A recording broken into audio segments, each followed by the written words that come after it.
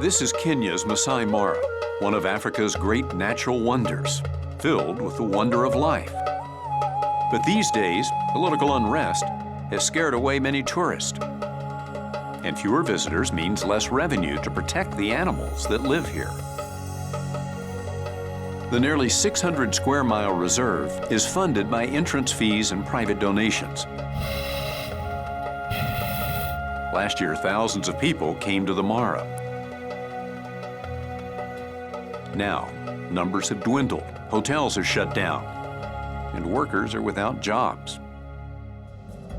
And as Kenya's civil unrest continues, the Mara and its animals face an uncertain future. Teams go out every day to combat the threat of poachers. But with funds drying up, the reserve can't afford the manpower they need. Security patrols are being limited. From here is about 500 meters. The worry is that poachers will fill the vacuum left by fewer rangers.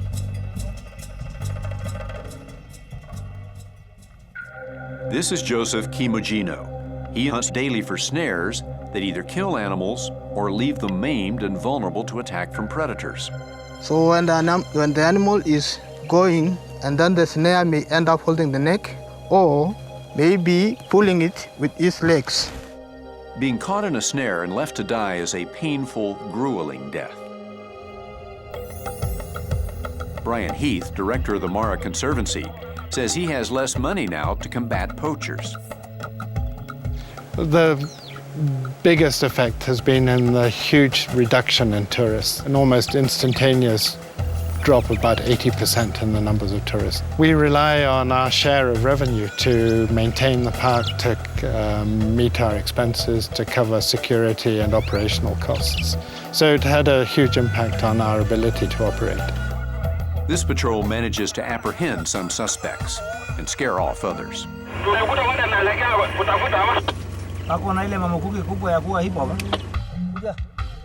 Back at base, the rangers discover the men are not from Kenya, but from neighboring Tanzania. This suspect says he's a 40-year-old father of 8 children who needs to hunt in order to feed his kids and pay for their school fees. His hunting partner says he has 6 children to support. They both say they have no other way to make a living. The men claim this is their first foray into the Maasai Mara, but the rangers don't believe it. The suspected poachers are led away. They may face a prison sentence or a fine they cannot afford to pay. Poaching is not a lucrative profession. The meat from an entire hippo would generate only about $100 US. By comparison, the rangers may be in line for a bonus. As an incentive, they receive extra money each time they apprehend a poacher. Joseph blogs about his experience as a ranger.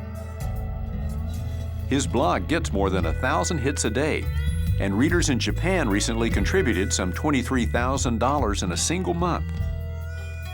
It may be the reserve's only hope in recouping lost revenue.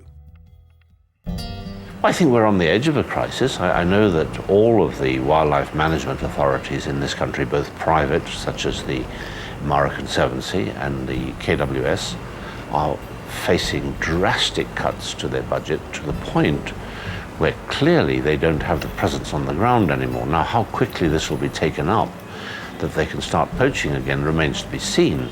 Hopefully the crisis will be short-lived, and in the meantime, we have to find ways of finding alternative funding. These days, fewer people may be seeing this spectacular reserve in person, but perhaps through the World Wide Web, they will experience the Maasai Mara and understand it needs global support. Sponsored by National Geographic Mission Programs, taking science and exploration into the new millennium.